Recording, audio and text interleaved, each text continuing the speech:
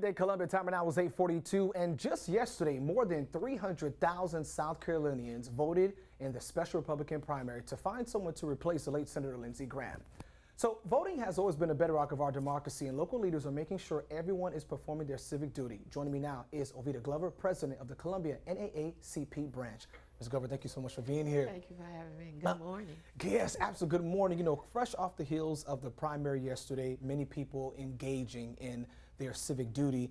You all have an event, Revival of the Vote. What is the purpose behind this movement? It's the ministerial movement, Revival of the Vote, and it is to emphasize and gather folks to come here in a spiritual atmosphere, to express to them that this is your duty. You know, this is something that you gain and it was voted for, and we should not lose it. So we are trying to think outside of the box and get people together. I know some churches are speaking from the pulpit, and that's another reason to emphasize that. And I always say, if you can't say it, I'll come for you and say it. You know, we know you will. You know? Yes. But that is the emphasis, because we have to get to those polls. Yeah. And we do pews to the polls, which involves the churches, you know, and I always tell them when I'm talking to the pastors, etc., that get home straight. Church is home, home is church.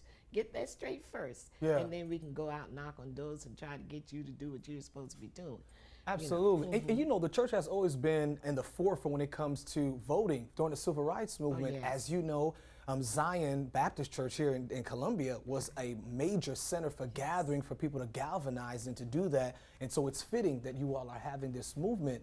What should, you know, you hear people, Ms. Glover, say, you shouldn't talk about politics in church. What do you say? Well, there's political power in the church.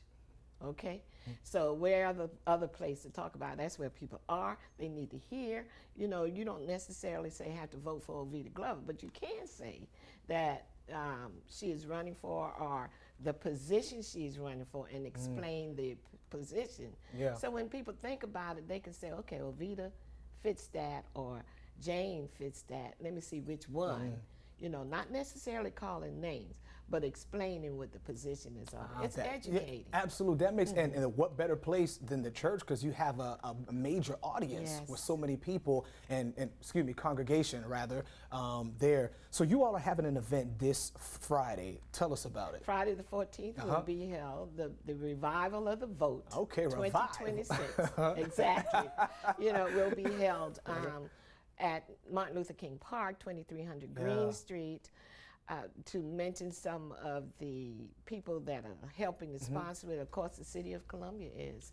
They are thrilled. Reverend McDowell is involved in it, and I needed to call his name. But there are others that will be different denominational speaking people, youth, a young lady by the age of 14 years old will be there enlightening us on what they feel about doing, why it's important for them to vote.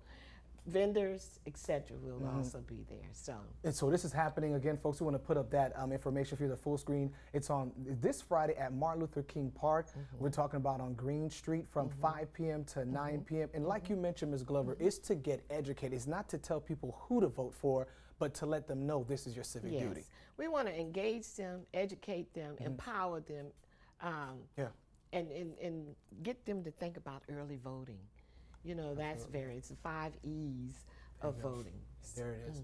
Miss Glover with the Columbia NAACP branch. Thank you so much for coming. We appreciate it. And of course, you're always welcome back here on Good Day, okay? You know I'm coming. All right. Stay with us. There's more Good Day Columbia coming up after the break.